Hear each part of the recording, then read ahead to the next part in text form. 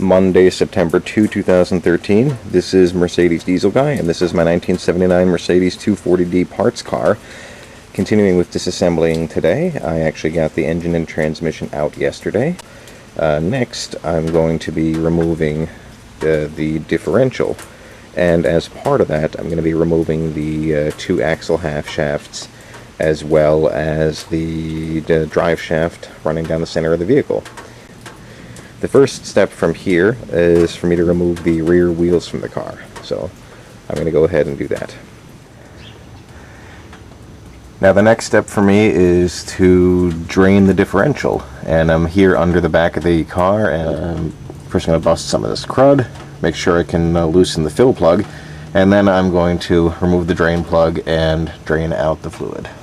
What you need here is a 14mm hex, and I believe this is the same one for the manual transmission, at least here on the 79, but don't quote me on that. And although these two plugs themselves are of different sizes, the same drain plug works on both of them. And you may need a breaker bar to get these started. But there, you can see the fill plug is loosened. Now I can just back that out by hand. And that'll be the same deal here for the drain plug.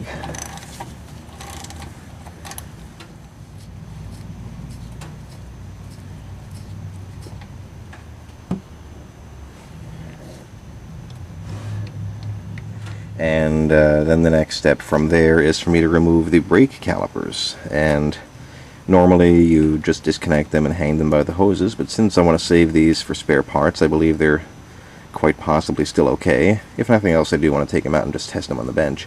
I'm actually going to be removing them completely from the car.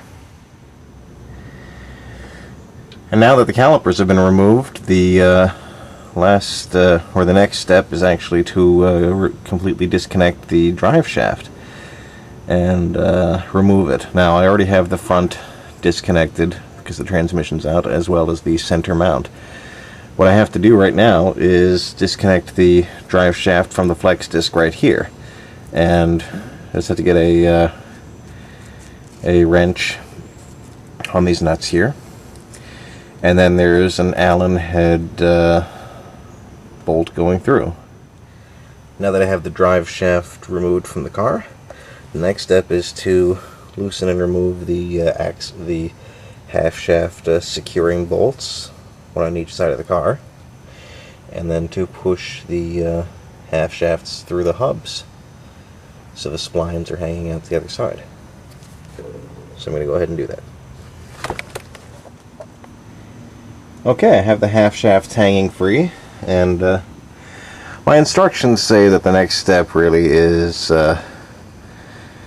to open up the differential housing and free the half shafts from the differential. Mostly the instructions I have are kind of all jumbled. So what I'm actually going to do right now is get my flat-topped transmission jack here under the differential, and I'm going to undo these 4 mount bolts here.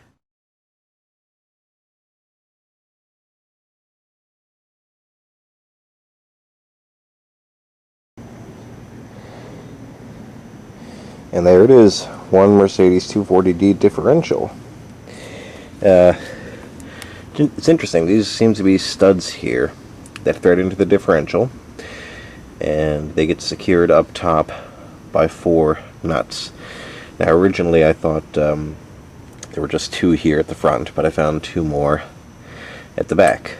And what happened was one of the nuts actually unthreaded off the studs, but the other 3 studs just unthreaded from the differential. No big deal, still came out just fine, so here it is. And I may or may not separate the half shafts from the differential while I have it on the ground. Still undecided, but either way I got to clean it up first. So this is Mercedes Diesel Guy. Thanks for watching.